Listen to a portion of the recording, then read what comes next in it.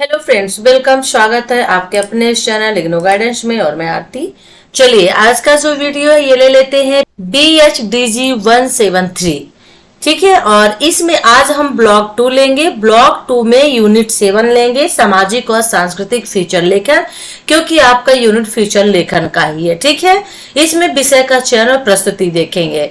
तो चलिए देख लेते हैं हमारे लिए क्या इंपॉर्टेंट इसमें हो सकता है। स्टार्ट करें उसके पहले आपको क्या करना है पता है, वीडियो को लाइक करना है, शेयर करना है, और चैनल को सब्सक्राइब नहीं किया है तो सब्सक्राइब कर लीजिए। बेल आइकन को जरूर ऑन कर दीजिएगा, टच कर दीजिएगा, ताकि जो भी वीडियो डालूंगी ना तुरंत आपको नोटिफिकेशन मिल जाएगा, आपके पास मैसेज आ जाएगा। चलिए थोड़ा सा प्रस्तावना में देखते हैं। अच्छा, ये फीचर है क्या, फीचर लेखन क्या है? ठीक है ना। देखिए, फीचर को एक अलग शब्द से भी हम जानते हैं, हिंदी में फीचर बेटर होगा, उससे रूपक भी बोला जाता है। तो रूपक उतना समझ में नहीं आता है।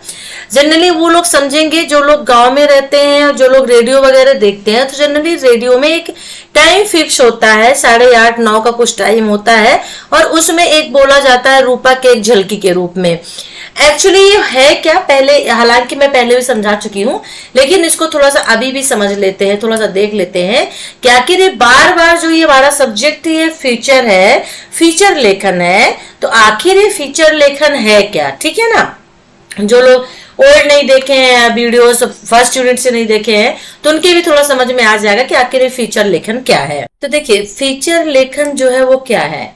फीचर लेखन जो होता है, देखिए एक्चुअली इसे रूपक भी हम कहते हैं। ठीक है ना। अगर इसको हम कम शब्दों में लिखें तो हम यहाँ पर कह सकते हैं फीचर लेखन को कि कम शब्दों में किसी विषय पर प्रकाशित लेख, आप इसे इजी कह सकते हैं कि किसी विषय पर प्रकाशित लेख भी आप इसे कह सकते हैं। ठीक है ना, राइट। यानी किसी प्रकरण संबंधी, प्रकरण का मतलब सेक्शनल होते हैं। ठीक है ना। उस विषय पर प्रकाशित जो आलेख होता है उसको क्या बोला जाता है, फ्यूचर लेख बोला जाता है। एक्चुअली इसमें होता क्या है, तो देखिए जो विषय होते हैं, रोचक विषय होते हैं, इंटरेस्टिंग विषय होते हैं, सब्जेक्ट होते हैं, ठीक है ना, उसको विस्तृत रूप में मनोरम यानी कि जो मन को अच्छा लगे, ठीक है, इस तरह से उसको प्रस्तुत करना।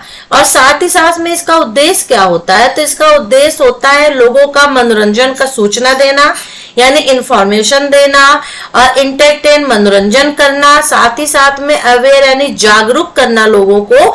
ये मेन जो होता है, मेन काम, मेन उद्देश्य होता है किसका, फीचर लेखन का। ठीक है ना। तो ये जनरली समाचार वगैरह में भी देखा जाता है। ठीक है, इसके फीचर लेखन के माध्यम से बहुत सारी चीजें प्रस्तुत की जाती हैं। ठीक है ना। तो एक फीचर को शब्द चित्र भी कह सकते हैं हम। ठीक है ना। फीचर लेख एक ऐसा शब्द चित्र होता है जिसमें तथ्यों का स्पष्ट एवं प्रभावशाली विश्लेषण किया जाता है। ठीक है, राइट। तो यहाँ पर हम देख लेते हैं अब फीचर लेखन समझ में आ गया कि क्या कहलाता है। देखिए, तो फीचर लेखन जो होता है एक विषय पर आधारित होता है, आकर्षक रूप में प्रस्तुत किया जाता है, शैली इसकी बहुत शालीनता वाली होती है। ठीक है ना। पत्र पत्रिकाओं में भी अपना पहचान बना के रखता है। ठीक है, राइट। उसी शब्दों का प्रयोग किया जाता है। तो ये फीचर लेखन हो गया। चलिए अब यहाँ पर जो है हम देख लेते हैं, अब इस पे आ जाते हैं प्रस्तावना। प्रस्तावना ये है, ये आपका, क्योंकि इसमें हम संस्कृत के बारे में पढ़ेंगे। तो देखिए, जैसे जैसे संचार माध्यमों का विस्तार हुआ, लोगों में सामाजिक सांस्कृतिक मुद्दों और मानवीय अधिकारों के प्रति जो है क्या बढ़ी है, जागरूकता बढ़ी है। ठीक है, ओके, राइट। लोग समझने लगे हैं कि सामाजिक सांस्कृतिक विकास के प्रति सरकार और विभिन्न संस्थाओं के क्या कर्तव्य हैं, सामाजिक और सांस्कृतिक विकास के प्रति। और यही वजह है कि जिन मसलों पर सरकार ध्यान नहीं दे पाती है, जिन मामलों पर सरकार ध्यान नहीं दे पाती है, उन पर लोग उनका ध्यान आकर्षित करते हैं। ठीक है। और आपने देखा होगा कि अखबारों पत्रिकाओं में पत्र लिखकर और टेलीविजन चैनलों के माध्यम से अपने जन प्रतिनिधियों से सीधे सवाल पूछकर लोग बिजली, पानी, सड़क, स्वास्थ्य, शिक्षा, साफ सफाई, महिलाओं, बच्चों आदि की समस्याओं से संबंधित मसलों पर अपनी प्रतिक्रिया व्यक्त करते, एक चर्चा रखी जाती है वहां पर। ठीक है ना। और पत्र पत्रिकाएं और टेलीविजन चैनल इन मुद्दों पर फीचर और समाचार तो प्रसारित करते रहते हैं ताकि लोगों में जागरूकता पैदा हो। साथ ही साथ लोगों को इस बात के लिए प्रोत्साहित करते हैं कि अपनी समस्याओं के बारे में उन्हें बताएं। देखिए, डिबेट कार्यक्रम जो होता है टीवी में आप देखते हैं, आप इसे इसके माध्यम से देख सकते हैं कि उसमें एक मुद्दा लिया जाता है, एक समस्या ली जाती है और उसके बाद उस पर डिस्कशन किया जाता है। 4-5 लोगों का पैनल होता है, कभी कभी 2-3 लोगों का पैनल होता है और जनरली जो ये मुद्दे होते हैं वो समाज से संबंधित होते हैं, ठीक है ना, सामाजिक सांस्कृतिक से संबंधित होते हैं। अब मुद्दे किस तरह के हो सकते हैं? बिजली की समस्या का हो सकता है, सड़क का, पानी का, स्वास्थ्य का, बच्चों और महिलाओं के जो अधिकार राइट्स हैं उनसे संबंधित हो सकते हैं, हमारे आपके अधिकार राइट से संबंधित हो सकते हैं। लोग उन मसलों पर, उन समस्याओं पर अपनी प्रतिक्रिया देते हैं, अपनी राय देते हैं और पत्रकार, टेलीविजन वगैरह में सभी चीजें हम जनरली देखते हैं। और ये बातें कहाँ तक जाती हैं? ये ऊपर तक जाती हैं, गवर्नमेंट तक जाती है और फिर गवर्नमेंट कुछ ना कुछ एक्शन इन पर लेती है। तो इस तरह संचार माध्यम और आम लोग एक दूसरे के साथ जुड़े रहते हैं और ऐसे में सामाजिक मसलों पर फीचर लेखन का क्षेत्र भी काफी व्यापक हुआ है और समाज का शायद ही ऐसा कोई क्षेत्र जो मीडिया की नजर से बचा हो। जैसे समाज में ज्वलंत मुद्दे क्या क्या है?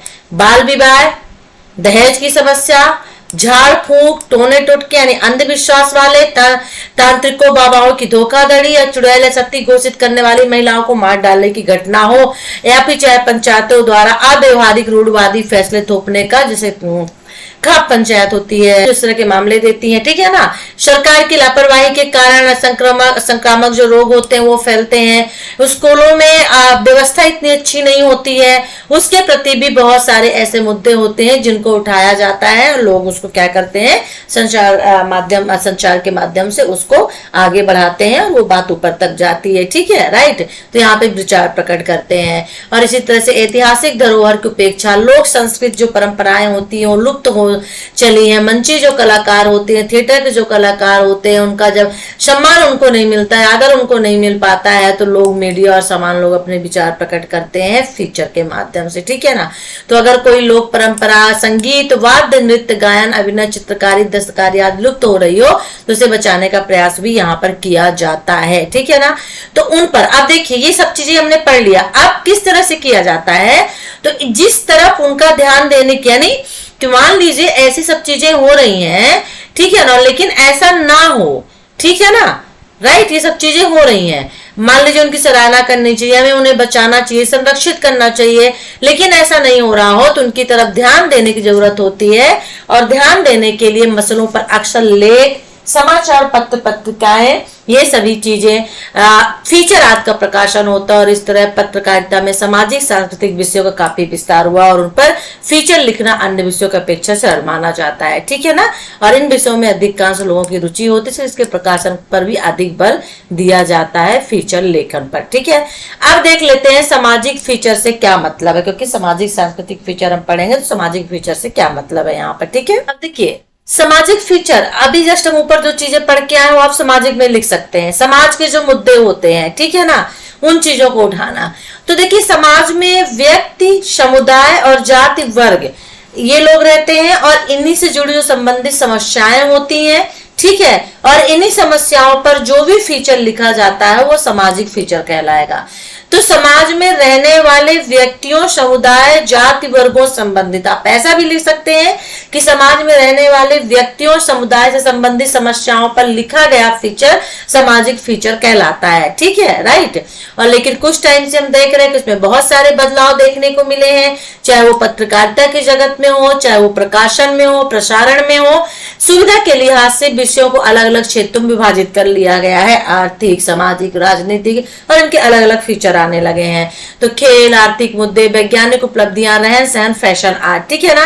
फिर भी समाज का काफी बड़ा क्षेत्र और उससे जुड़ी समस्याएं सामाजिक फीचर के दृष्टि मौजूद हैं। तो जब देखिए अब यहाँ पर हम देखते हैं सामाजिक फीचर क्या कहलाता है।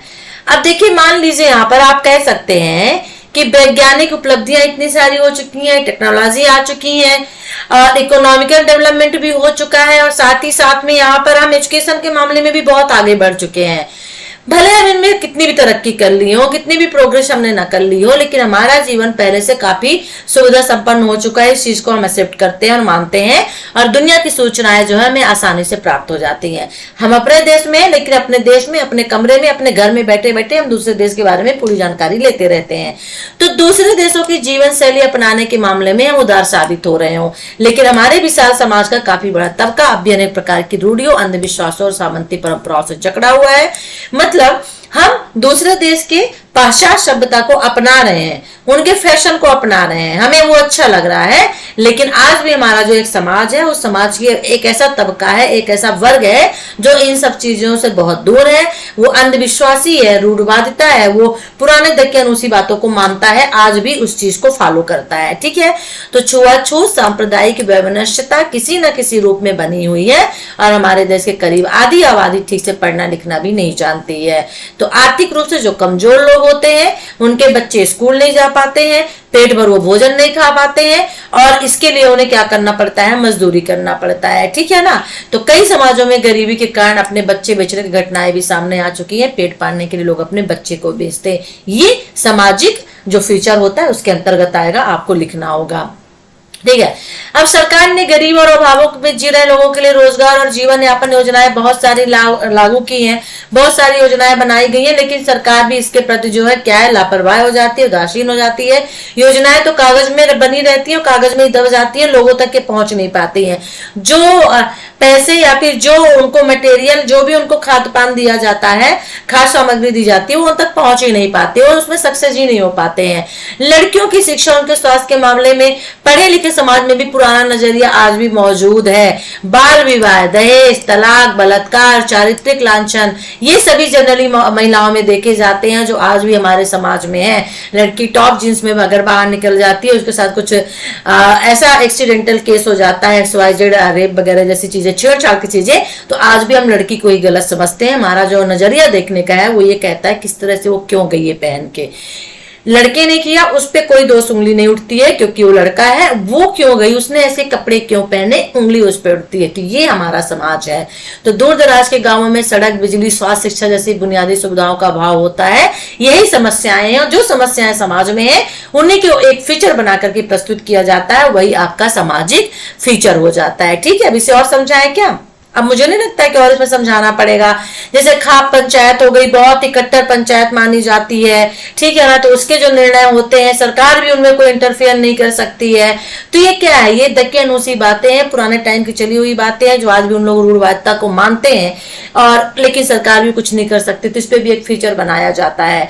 ठीक है ना। गरीबी है, बाल विवाह है, दहेज है, ठीक है ना, सड़क, पानी, बिजली, स्वास्थ्य संबंधी जो समस्याएं होती, जितनी भी सामाजिक समस्याएं हैं, उन सभी को लेके आप एक अच्छा बढ़िया लेख लिख दीजिए। ठीक है ना। और ये आपका क्या हो जाएगा, सामाजिक फीचर हो जाएगा। ठीक है, ओके। चलिए, अंधविश्वास है तो लोगों में जागरूकता का अभियान चलाया जाता है। अब देखिए, इतना सारा हमने अपने लिख दिया। अब देखिए, अब इसको कैसे सोल्यूशन किया जाए। समस्याएं हो गई, तो दहेज, सॉरी, जो फीचर लेखन होता है उसमें क्या किया जाता है, उसमें इसको दिखाया जाता है, तो उन समस्याओं को सॉल्व किया जाता है। ठीक है ना, राइट।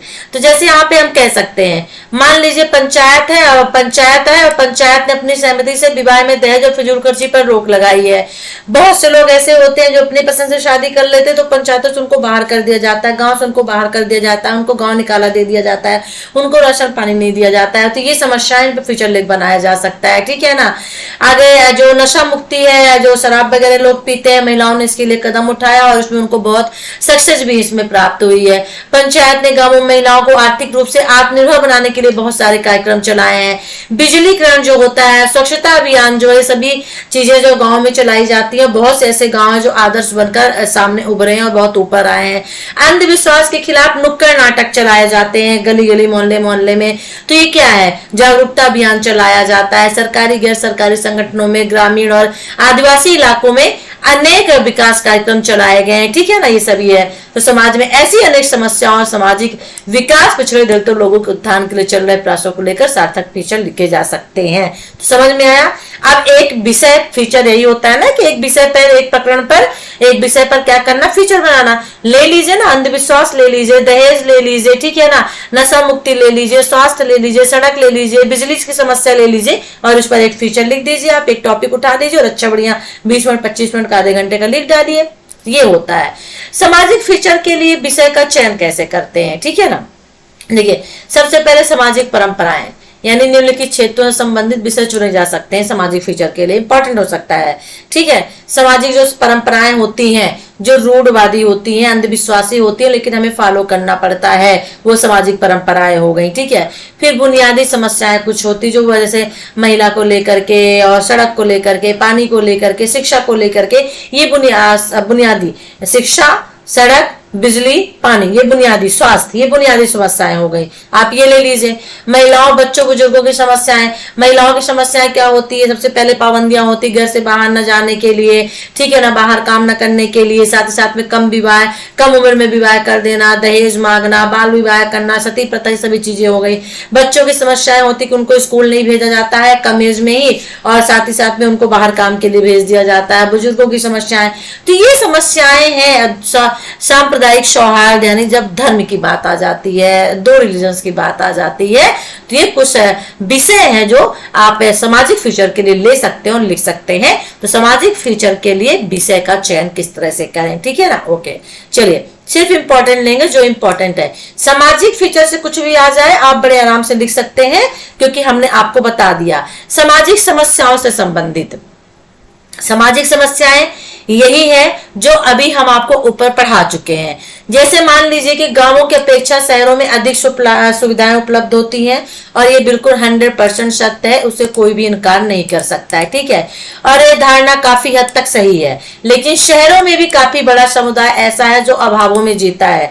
लोग शहर आ जाते हैं, देखिए ना, गरीब लोग होते हैं, भीख मांगने लोग होते हैं, रिक्शा चलाने वाले लोग होते हैं, दिन दिहाड़ी करने वाले, काम करने वाले लोग होते हैं, जो अपना रोजी रोटी पेट पालते हैं रोज का मर्रा काम करके। तो ये लोग भी ऐसे होते हैं जो शहर में रहते हैं और उनके पास कोई भी सुख सुविधा नहीं होती है, उनको अपने लाइफ से, अपने जीवन से संघर्ष करना पड़ता है।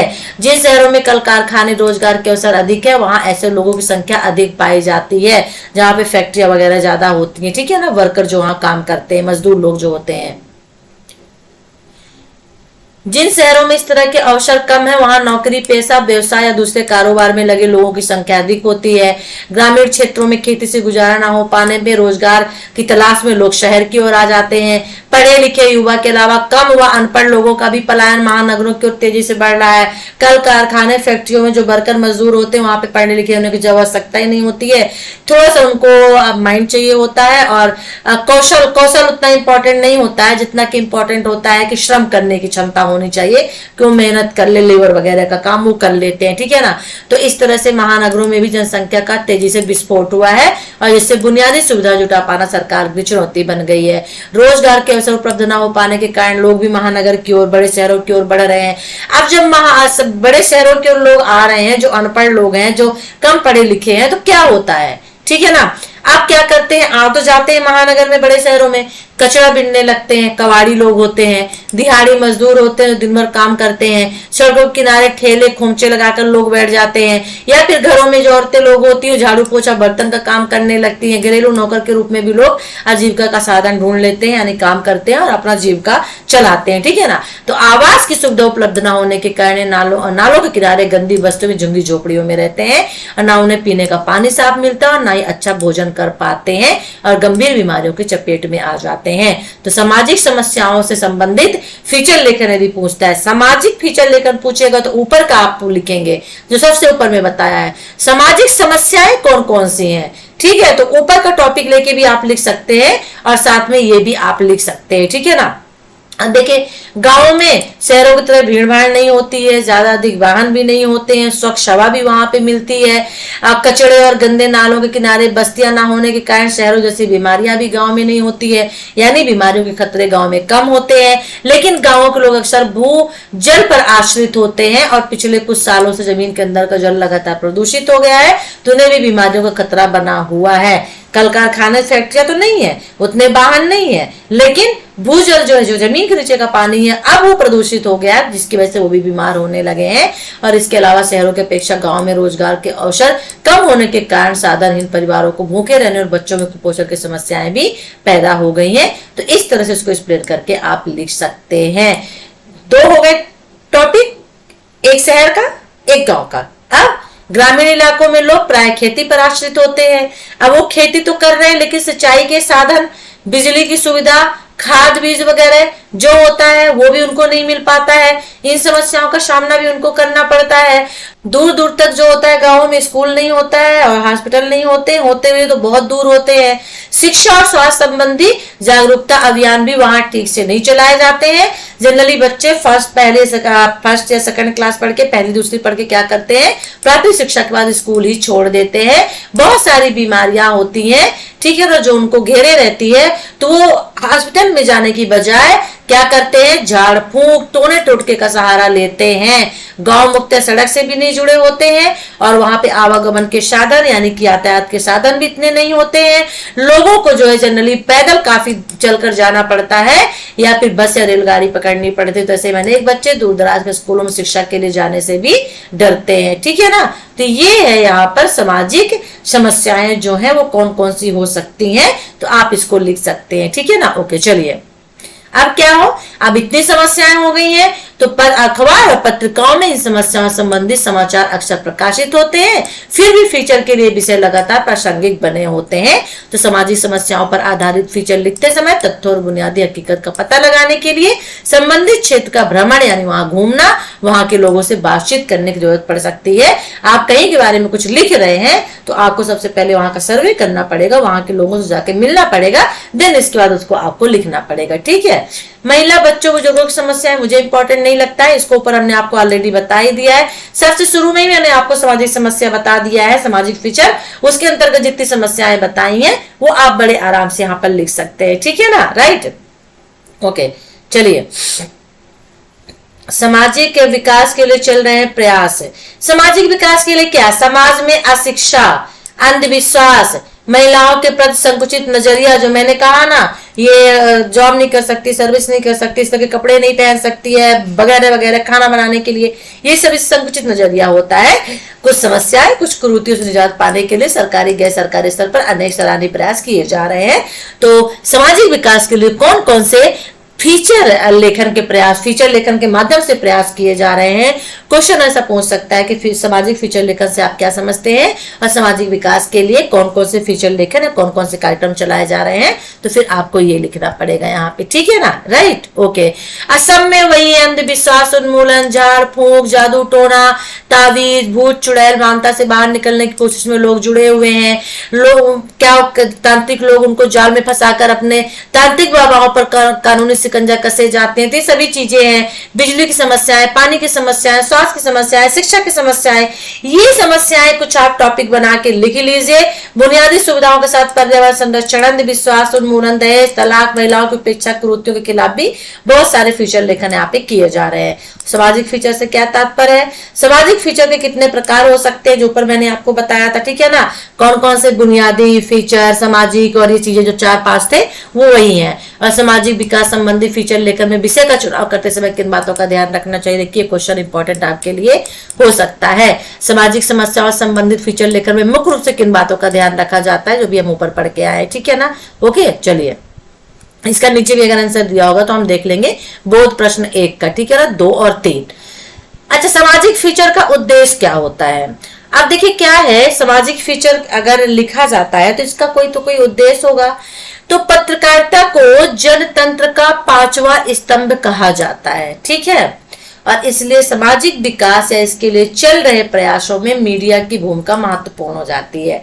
आप देखिए, आप लोकल यदि न्यूज देख रहे हैं, आप लोकल जो आप मैगजीन वगैरह पढ़ते हैं या लोकल आप न्यूज पढ़ते हैं, न्यूज पेपर पढ़ते हैं, तो उसमें आप अपने वार्ड, अपने एरिया, अपने उस शहर के बारे में, ठीक है ना, अपने कस्बे के बारे में न्यूज देखते हैं। बरसात आ गई है, नालियां कितनी भरी रहती है, गंदी रहती है, नालियों का पानी सड़क पे आ जाता है, चलने को जगह नहीं होती है, लोग चल नहीं पाते हैं, फोटो वगैरह भी उनकी आ जाती है, साथ ही साथ में सड़कें जो है वो खड़ जाती हैं, उसमें पैर रखने लायक नहीं। ये क्या है, इन्हीं समस्याओं को लेकर के एक फीचर लिख दिया जाता है, वो एक विषय ले लिया गया बरसात, और बरसात के टाइम में जो जो हाल होता है, ठीक है ना, तो उन चीजों को फीचर लेखन के माध्यम से क्या किया जाता है, सबको बताया जाता है। तो सामाजिक फीचर लेखन का उद्देश्य सामाजिक विकृतियों को उजागर करना, वैकल्पिक व्यवस्था सुझाना और इसके लिए चल रहे प्रयासों को उजागर करना होता है। तो अब यहाँ पर हम देख लेते हैं सामाजिक फीचर का उद्देश्य क्या है, कम उसमें ले लेते हैं।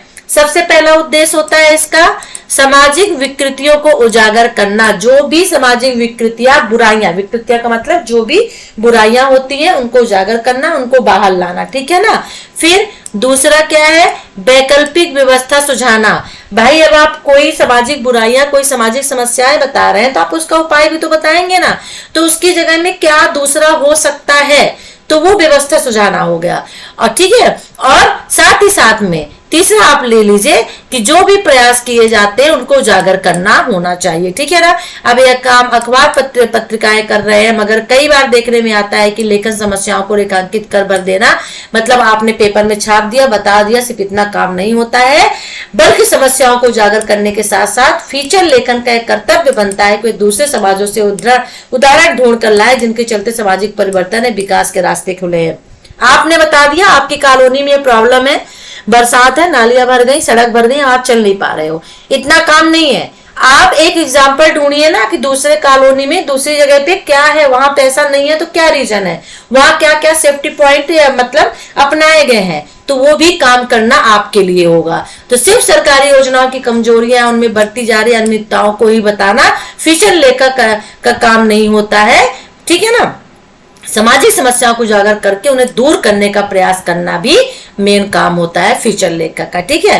तो लोगों में जागरूकता पैदा करने में उन्हें भूमिका निभाने की जरूरत होती है, और इसलिए सामाजिक फीचर लेखक से सामाजिक कार्यकर्ता से प्रतिबद्धता, संवेदनशीलता और सतर्कता की अपेक्षा की जाती है, ठीक है। ये हो गया सामाजिक फीचर। अब यहाँ पर सामाजिक फीचर की प्रस्तुति और भाषा शैली, मुझे इंपॉर्टेंट नहीं लगता है कि भाषा शैली इतना इंपॉर्टेंट है। भाषा शैली का मतलब भाषा देखिए वही होती है जनरली जो गांव में यूज की जाती है। और जब आप फीचर शैली की बात चलती है तो फीचर जब आप लिखते हैं, फीचर लेखन करते हैं, तो भाषा ऐसी होनी चाहिए जो उस क्षेत्र विशेष में बोली जा रही हो, ठीक है, ताकि उसे लोग समझ सकें, पढ़ें और समझें, ठीक है ना। तो यहाँ पर पाठक उस विषय को पढ़े, सरल होनी चाहिए ताकि वो समझ सके। तो यहाँ पे कह सकते हैं कि भाषा सहज, सरल और प्रवाहमय होनी चाहिए। 3 यहाँ पे भाषाएं आप कर लीजिए।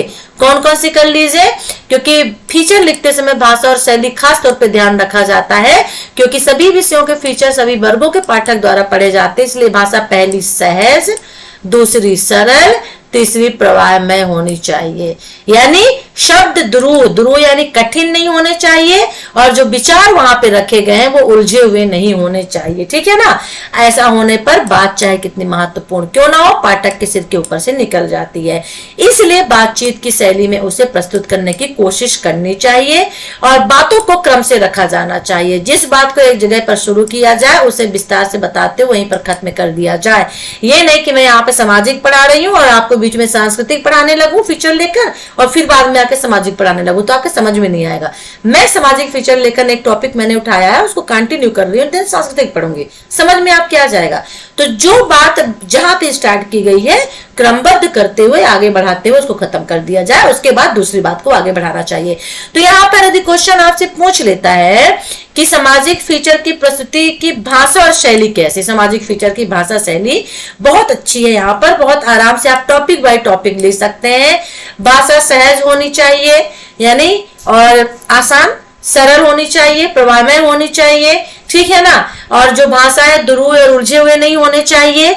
चौथा यहाँ पर ले लीजिए कि शैली में बातचीत को प्रस्तुत करने की कोशिश होनी चाहिए, यानी पता चलना चाहिए कि क्या समस्या है, फिर बातों को क्रम में रखा जाना चाहिए, जिस जगह से शुरू किया गया उसको आगे बढ़ाते हुए फिर खत्म कर दिया जाना चाहिए। फिर आगे दिख दीजिएगा 5वीं में या 6वीं में कि दूसरी, जब एक बात खत्म हो जाए तब दूसरी बात को आगे बढ़ाना चाहिए। कई बातों को आपस में नहीं मिलाना चाहिए, क्योंकि उनको आपस में मिलाने से विषय को समझने में बाधा पड़ सकती है, ठीक है ना, रुकावट आ जाती है। इसलिए लिखना शुरू करने से पहले बातों के क्रम को दिमाग में बिठा लेना चाहिए, और हो सके तो कागज पर इसका पहले से नोट्स तैयार कर ले। तो वेरी वेरी इंपॉर्टेंट मैं दे सकती हूँ भाषा शैली सामाजिक फीचर की, ठीक है। ओके, अब इसमें कुछ है, उद्देश्य भी हमने आपको बता दिया। 2 वेरी इंपॉर्टेंट उद्देश्य थे। किन किन बातों को विशेष रूप से ध्यान रखने की जरूरत है, यदि क्वेश्चन ये क्वेश्चन फीचर की प्रस्तुति में किन किन बातों को विशेष रूप से ध्यान रखने की जरूरत है, और ये क्वेश्चन जो आपका है कि सामाजिक फीचर की भाषा शैली, तो ये जो दोनों है वेरी इंपॉर्टेंट है, और एक ही इसका आंसर निकलेगा। अब देख लेते हैं सांस्कृतिक फीचर, ठीक है ना। क्या देख लेते हैं, सांस्कृतिक फीचर देख लेते हैं। चलिए, सांस्कृतिक फीचर से तात्पर्य, अभी हमने सामाजिक देखा, अब यहाँ पर हम सांस्कृतिक देख लेते हैं। ओके, देखिए जैसे हमने ऊपर पढ़ा कि हमारा जो समाज है यहाँ पर अपनी सबकी अलग भाषा है, अलग परंपराएं हैं, त्योहार है, उत्सव है, मनाने के अलग अलग तरीके हैं, अलग अलग रीति रिवाज है, और इस वजह से समाज में अलग अलग संस्कृतियां भी हैं। हिंदू, मुस्लिम, सिख, ईसाई, पारसी, यहूदी, जैनिस्ट, बुद्धिस्ट सभी तो आते हैं, और इन सबके अलग अलग संस्कृतियां हैं। फिर जब संस्कृतियां अलग अलग हो गई तो इनके अपने अलग नृत्य हो जाते हैं, गायन शैली यानी गाने हो जाते हैं, वाद्य यंत्र उन्हें प्रस्तुत करने बजाने का, गाने के तरीका वगैरह सब अलग हो जाता है। और लोक संस्कृति में तो भिन्नता है ही, शास्त्रीय परंपरा में भी अंतर नजर आता है। तो यहाँ पर हम देखेंगे कि उत्तर भारत की शास्त्रीय गायन वादन नृत्य परंपरा दक्षिण भारत की परंपरा से अलग है, ठीक है ना। और यहाँ पर हम जानते हैं कि जो उत्तर भारत में वो भात खंडे की गान परंपरा चलती रही है। क्या बोला जाता है, भात खंडे, जबकि दक्षिण में कर्नाटक संगीत की परंपरा रही। तो उत्तर भारत में भात खंडे और दक्षिण में कर्नाटक संगीत। इसी तरह से नृत्य में उत्तर में कथक है तो दक्षिण में भरतनाट्यम, कुचिपुड़ी, कथकली, केरली, मलयालमी, कन्नड़ सबकी अलग अलग है। तो इस तरह से है, यही संस्कृत है, यही सांस्कृतिक फीचर है, यही आप समझिएगा। उड़ीसा में ओडिसी, ठीक है, पहले लोक नृत्य होता था, लेकिन केलुचरण महापात्र ने उसे शास्त्रीय नृत्य के रूप में प्रतिष्ठित किया, अंतरराष्ट्रीय स्तर पर पहचान बन गई। तो हमारे देश में, हमारे प्रदेश में अपनी अपनी गायन वादन, अपने नृत्य, अपनी बोली, अपनी लोक शैली है। बंगाल में रवीन्द्र संगीत है तो असम में छऊ, हिमाचल में स्वांग केटी, तो पंजाब में भांगड़ा जैसे लोक नृत्य है, ठीक है ना। तो राष्ट्रीय स्तर पर रंगमंच और अभिनय ने अपनी पहचान बनाई है। तो सांस्कृतिक फीचर से क्या मतलब हुआ, अभी हमने पढ़ा।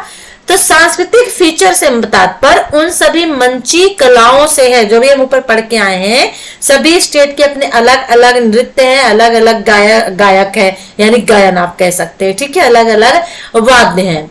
तो उन सभी मंची कलाओं से है जो लोक या शास्त्रीय रूप में हमारे समाज में मौजूद है। इसे हम आपको और अच्छे से बता सकते हैं।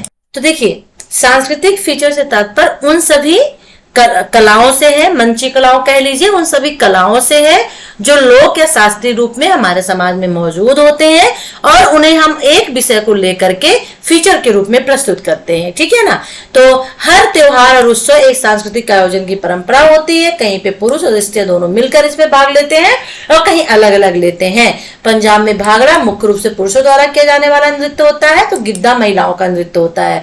तो पुरुष सिर्फ भांगड़ा जो सिर्फ पुरुष करते हैं और गिद्धा महिलाएं करती हैं, ठीक है ना। छत्तीसगढ़ में नाचा नाट्य शैली में पांडवानी गायन का प्रचलन बहुत ज्यादा है, और हर हिस्से में देश में लोकगीत गायन की परंपरा को पुरुषों की अपेक्षा महिलाओं ने अधिक सुरक्षित रखा है। लोकगीत जो शादी ब्याह वगैरह में गाए जाते हैं, ठीक है ना। शायद ही कोई त्योहार, व्रत या उत्सव हो जिसमें महिलाओं ने आपस में गीत न गाया हो। हमारे भारतीय उसमें बहुत सारे फेस्टिवल, और हिंदुओं में तो खास तौर पे देखिए ना, कजरी आती है, तीज आती है, जन्माष्टमी आती है, बहुत सारे त्योहार आते हैं और जिनमें गाने गाए जाते हैं, सबके अलग अलग गाने बने हुए हैं। तो क्या हुआ, ये लोकगीत हो गया। तो लोक संस्कृति में गायन और अभिनय की परंपरा लिखित रूप में होती है, सिर्फ उन्हें हम सुन सकते हैं, लिखा हुआ आपको नहीं मिलेगा। एक जनरेशन से नेक्स्ट जनरेशन में एक उससे दूसरे उसमें सिर्फ सुनने के रूप में आता है। इसलिए दूसरी संस्कृतियों के आकार मिल जाने, इसके मूल स्वरूप के लुप्त हो जाने का खतरा अधिक होता है। यानी हमारे पूर्वज के पूर्वजों ने उस चीज को गाया और लिखा तो नहीं, सिर्फ गाते रहे। फिर उनके जो आगे आने वाली पीढ़ियां थी उन्होंने उसको सुना, उन्होंने उसको गाया। तो वो जब हम कोई चीज लिखित अवस्था में हमें नहीं मिलती है रिटर्न में, वो सिर्फ हम एक ओरल वर्बली जब हम उसको सुनते हैं तो 100%, जैसे आपने किसी से बात सुनी और आपने किसी और को बताई तो A to Z तो आप नहीं बोलोगे, उसमें कुछ ना कुछ तो अपने शब्द ऐड हो जाते हैं। इसी तरह से लोक गायन में भी होता है, लोकगीत में भी होता है कि क्या होता है, दूसरी संस्कृतियों से भी कुछ वर्ड, कुछ शब्द आकर उसमें मिल जाते हैं।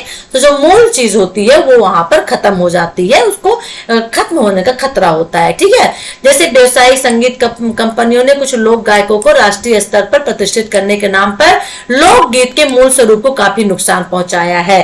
ठीक है ना। तो पारंपरिक गीत के स्थान पर लोकगीत के नाम पर अश्लील और भोंडे गीत भी प्रचलन में आए। भोजपुरी गाने वगैरह देखिए, मैं तो यही बोलूंगी कि इनमें सबसे नंबर 1 भोजपुरी आ जाता है, जो कि जो पारंपरिक गीत होते हैं उसके स्थान पर ये लोग पता नहीं क्या क्या गाने बनाते रहते हैं।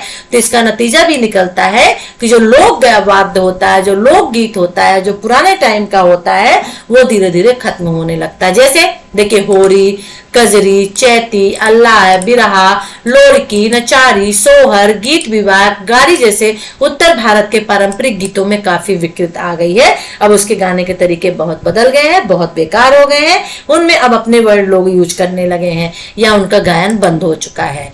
तो ये गाली वगैरह या शादी वगैरह में गाते हैं, गाली वगैरह देना तो जनरली आजकल तो विलुप्त सा ही हो चुका है। धोबी नाच, गोंड नाच जैसे कुछ नाच होते हैं, जो गायन वादन होते हैं, जो बिल्कुल आजकल खत्म हो चुके हैं और उनके स्थान पर ऑर्केस्ट्रा और बॉन्डे नृत्य प्रधान गायक की परंपरा फैल चुकी है। यही है आपका सांस्कृतिक फीचर। ठीक है, ओके। तो सांस्कृतिक फीचर का संबंध इन लुप्त होती सांस्कृतिक परंपराओं को सुरक्षित रखने और प्रोत्साहित करने के लिए राष्ट्रीय स्तर पर हो रहे प्रयास से है। इलाहाबाद में हर साल लगने वाला नौटंकी मेला और पश्चिम बंगाल के नदिया जिले में बाउल मेला अपनी लोक संस्कृति को लुप्त होने से बचाने को बेहतर तरीके हैं। याद कर लीजिएगा, इलाहाबाद में लगने वाला नौटंकी मेला, पश्चिम बंगाल के नदिया में बाउल मेला। क्वेश्चन आता है, आप 2 नाम लिख देते तो बहुत अच्छे नंबर ला लेंगे। ठीक है ना। और सरकार भी जो अपने स्तर पर प्रोत्साहन में लगी हुई है, लोगों में रुचि पैदा कर रही है। ठीक है ना, ताकि सांस्कृतिक फ्यूचर लेखन की सांस्कृतिक विरासत को बचाया जा सके। तो इस सांस्कृतिक फीचर में आपको लिखना होगा। अब सांस्कृतिक फीचर के लिए विषय का चयन कैसे करें, ठीक है ना, राइट। तो सांस्कृतिक के अंतर्गत आमतौर पर मंची कलाएं आ जाती हैं, जो मंच पर होती, चाहे गायन हो, चाहे वादन हो, चाहे डांस हो, चाहे नृत्य हो। गायन, वादन, नृत्य, ठीक है, और अभिनय जो होते हैं रंगमंच, वो चाहे वो शास्त्रीय हो या लोक हो, सभी मंच से संबंधित होती हैं। बस सांस्कृतिक फीचर में आपको ये बात गांठ बांध लेनी है। गाना भी मंच पे गाया जाता है, वादन बजाया भी मंच पे जाता है, डांस भी किया जाता है और अभिनय भी वहीं पर किया जाता है। तो इसके अलावा साहित्यिक संगोष्ठियां यानी कवि वगैरह, कविता, कहानी, पाठ, चित्रकला आदि भी इसके अंतर्गत आ जाते हैं। तो टेलीविजन का तेजी से प्रसार होने के कारण ज्यादातर लोग घरों में अब टेलीविजन सेट आ गए हैं। टीवी चैनलों की भरमार सी हो गई है, 24 घंटे उसमें कार्यक्रम प्रस्तुत होते रहते हैं, डेली सोप आते रहते हैं, ठीक है ना।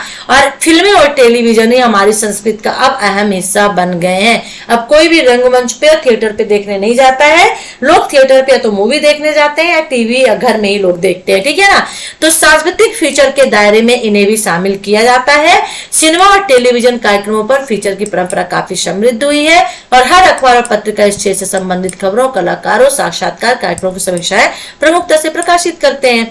भाई देखिए ना, अब क्या है, टेलीविजन की बात कर लेते हैं, जो उसमें एक्ट्रेस लोग होते हैं, एक्टर होते हैं, उनके इंटरव्यू, उनके जो इमेजेस वगैरह होते हैं, या फिर आप सेलिब्रिटीज को ले लीजिए, हीरो वगैरह को, हीरोइंस को ले लीजिए, उनके इंटरव्यू आए दिन कुछ ना कुछ लोग छापते रहते हैं और इससे उनका व्यूज भी बढ़ता है। तो लगभग सभी अखबार, फिल्म और टेलीविजन कार्यक्रमों पर सप्ताह में एक दिन अलग से विशेष प्रशिक्षण निकालते हैं।